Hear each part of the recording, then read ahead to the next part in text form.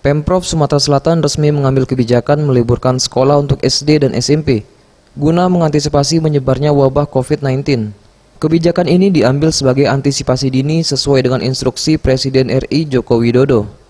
Gubernur Sumatera Selatan Hermanderu mengatakan, kewenangan meliburkan sekolah ini merupakan kebijakan setiap kepala daerah karena sebagian sekolah mulai meliburkan. Untuk tingkat SMA belum diliburkan karena dalam masa ujian nasional. Kendati begitu, kewaspadaan harus ditingkatkan dengan beberapa kebijakan yang telah diberlakukan. Salah satunya selalu menggunakan masker dan menjaga kebersihan. Status waspada ini bisa berubah suatu waktu tergantung situasi yang berkembang. Masyarakat jangan resah jika mendapat informasi yang tidak bisa dipertanggungjawabkan. Peliburan itu di pemerintah kabupaten kota beberapa sudah meliburkan SD atau SMP dan bawah.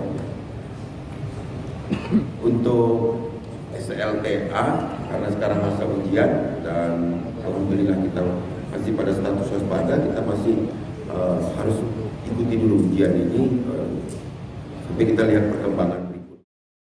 Tim Liputan, Sriwijaya TV.